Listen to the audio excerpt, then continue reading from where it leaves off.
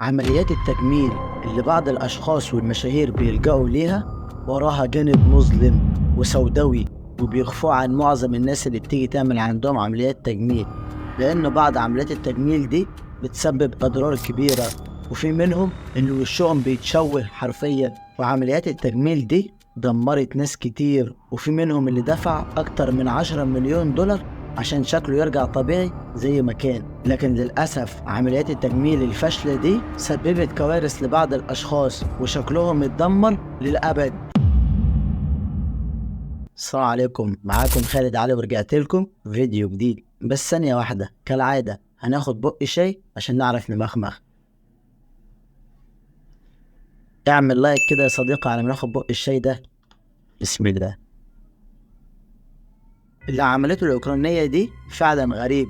انستازيا هي بنت أوكرانية عندها 26 سنة، قررت إن هي هتعمل عملية تجميل في وشها، وبعد ما عملت عملية التجميل دي ظهرت النتائج، وكان فعلا شكلها غريب، وبدأت خدودها تبقى بالشكل الغريب ده، وإن هي تبقى كبيرة بشكل مبالغ فيه، وشكلها غير طبيعي. وهي ما اكتفتش بكده بحجم شفايفها الكبير، لا، عملت أكتر من عملية تجميل عشان تكبر أكتر وأكتر في خدودها وشفايفها. وفضلت انستازيا تحقن وشها وتصبغ شعرها باللون الأحمر ده. ولما بقى نزلت صورها وبعض الفيديوهات على الانستجرام والمتابعين بتوعها شافوها، بدأوا يكتبوا في الكومنتات: ايه القرف ده، وشكلك الأول كان أفضل بكتير، ليه عملت في نفسك كده؟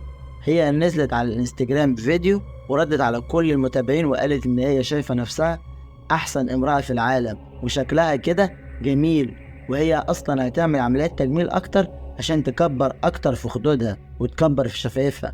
مش عارف البني آدمة دي هتروح فين تاني. انت مش شايف وشك عامل ازاي؟ وبعد ما انتشرت انستازيا قصتها والناس كلها عرفت عملية التجميل اللي عملتها في وشها دي، سموها بالمرأة ذات الخدود الأكبر في العالم. والله بجد مش عارف الناس دي مخها فين، يعني يدفعوا ملايين عشان يسوقوا في شكلهم. والله فعلا الحمد لله على نعمة الإسلام. سحر تيبر بنت إيرانية وهي في عمر 19 سنة قررت إن هي هتعمل عملية تجميل عشان تبقى شبه أنجلينا جولي، وعملت أكتر من 50 عملية تجميل، وعملت نظام غذائي قاسي جدا لدرجة إن هي بقت وزنها 50 كيلو. وبعد العمليات دي كلها أصبح شكلها مرعب وغريب، وشكلها مريب جدا. وكل اللي شافوا صورها وشافوا الانستجرام بتاعها وشافوا الاكونتات بتاعتها استغربوا من اللي هي بتنشره، واستغربوا من شكلها الجديد، لانها كان فعلا شكلها مرعب وغريب. وده حرفيا اغضب الشعب الايراني كله، وبقت محل سخرية في ايران وفي الوطن العربي ايضا، لان القصة بتاعتها انتشرت بشكل كبير جدا، وكله عرف التحول الكبير اللي حولته البنت الايرانية سحر من الشكل الطبيعي والجميل للشكل الغريب ده. وطلعت وصرحت وقالت ان هي كده شبه انجلينا جولي النسخة المرعبة. اهم حاجة تبقى شبه انجلينا جولي وخلاص، وفرحانة بالشكل اللي هي عملته ده وبالمنظر ده. يا حول الله يا رب، بقى تعملي 50 عملية تجميل عشان تبقي شبه انجلينا جولي النسخة المرعبة؟ دي انت يا ست محصلتش حتى انجلينا جولي النسخة الميتة. المهم، بعد ما الموضوع انتشر بشكل كبير جدا في ايران وبقى حديث العالم الايراني كله، وبقى كله بيتكلم عن سحر تيبر، طلعت وصرحت وقالت ان كل ده هي عاملاه عن طريق الفوتوشوب والمكياج، لكن شكلها الطبيعي هو، وهي ما عملتش ولا عملية تجميل، وكل ده عشان خاطر المشاهدات والشهرة وان هي تطلع ترند. فانت رأيك ايه يا عزيزي المشاهد؟ هل فعلا سحر عملت كل ده بالمكياج والفوتوشوب عشان تطلع ترند وتتشهر، ولا هي فعلا عملت عمليات تجميل دي كلها ولما حست ان وشها باظ طلعت وبررت وقالت كده ومن بعدها اختفت؟ انزل قول لي رأيك في الكومنتات. إزيس فتاة برازيلية قررت إن هي تروح لدكتور تجميل عشان تعمل عملية تجميل لتكبير الشفايف، وبعد ما عملت عملية التجميل دي بعدها بساعات على طول بدأت الشفة اللي فوق تورم وكبرت بشكل غريب. لكن إزيس كانت مفكرة إن كل ده عشان خاطر هي لسه عاملة العملية، ومع الوقت شفتها هترجع زي ما هي عايزة وهتبقى أكبر من الأول بحاجات بسيطة. لكن الموضوع فضل يتطور وشفتها بدأت تكبر أكتر وأكتر، وكل ما الوقت يعدي شفتها بيكون شكلها مرعب وشكلها كبير جدا وشكلها وارم. ولما أهلها شافوها بالشكل ده راحوا على طول ودوها للمستشفى، وخلوا أكتر من دكتور يشرف عليها ودخلوها غرفة العمليات. وفضلت إيزيس في المستشفى 4 أيام بيحاولوا يصلحوا في عملية التجميل الفاشلة دي، لأنهم لو سابوها هتسبب لها أضرار كبيرة جدا.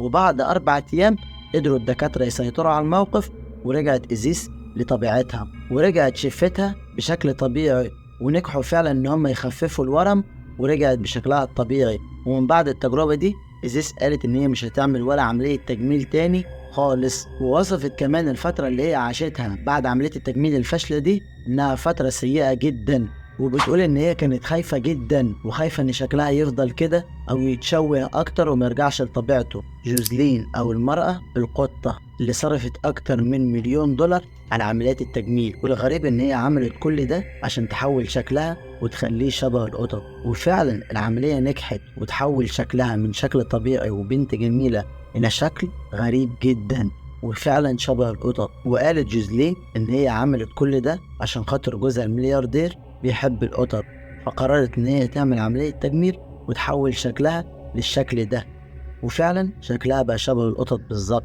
لكن الغريب في ردة فعل جوزها، لأنه أول ما شافها بالمنظر ده قال لها أنت مجنونة ولا إيه؟ وراح طلقها على طول من غير تفاهم. تقول له أنا عملت كل ده علشانك؟ قال لها مش ناقصة جنان، أنت طالق، يا ناقصة قطط. هانج ميوك فتاة كورية كانت مهووسة بالجمال والشهرة وكان صوتها حلو، وبدأت بقى تغني ونفسها تحقق حلمها. بدأت بقى تغني في البارات، وكانوا الناس كلها عارفينها وكانوا الناس كلها معجبين بصوتها الجميل وشكلها الحلو، وبدأت تعمل شعبية كبيرة في كوريا، والكل كان بيحبها في كوريا وكان متعلق بجمالها وصوتها الحلو. ومع الوقت ميوك راحت اليابان عشان تغني هناك وعشان شعبيتها تزيد أكتر وأكتر، وبقت تروح أكتر من بار وشهرتها زادت والكل بقى عارفها بشكلها الجميل وصوتها الحلو. ومع الوقت ميوك كان عندها هوس الجمال والشهرة، قررت إن هي تعمل عمليات تجميل عشان تخلي شكلها أجمل وأحسن من الأول. وقررت إن هي تعمل عملية تجميل وهي عندها 28 سنة. لكن عملية التجميل دي قلبت حياتها حرفيا، لأن شكلها أصبح غريب ومرعب، ووشها أصبح منفوخ بشكل غريب وبشكل لا يصدق، لدرجة إن كل اللي كانوا عارفينها ما كانوش عارفين إن هي ميوك، ما كانوش مصدقين إن هي ميوك، لأن شكلها اتحول حرفيا ووشها بقى منفوخ جدا. وحرفيا أهلها وكل اللي يعرفوها ما كانوش مصدقين اللي حصل لها ده، لأن وشها أصبح منتفخ جدا، لدرجة إن هم عملوا أكتر من عملية عشان يقدروا يصلحوا الوضع اللي هي وصلت له وإن هم يقدروا يسيطروا على الموقف، لكن للأسف ما قدروش، وعملوا أكتر من عملية تجميل عشان شكلها يرجع لطبيعته تاني، لكن فضلت ميوك بالوضع اللي هي عليه. ومن كتر ما هي عملت عمليات تجميل عشان شكلها يرجع زي الأول وكل ده للأسف فشل، بدأت تحقن نفسها وهي في البيت على أمل إن هي ترجع لشكلها الطبيعي من تاني. ولما خلاص كل المحاولات قالت بالفشل وشكلها بقى خلاص هيبقى كده على طول، اتقبلت الموقف وتأقلمت على الشكل ده. وكمان عشان الفلوس بتاعتها خلصت خالص ومبقتش عارفة تعمل ايه، نزلت اشتغلت في سوبر ماركت، وكان كل اللي يشوفها بيسخر من شكلها ده. وتعرضت ميوك لكمية تنمر وسخرية كبيرة جدا بسبب عملية التجميل الفاشلة اللي دمرت شكلها حرفيا. وبكده يكون انتهى الفيديو. ما تنسوش بقى اللايك والاشتراك، ونتقابل في فيديو جديد. السلام عليكم.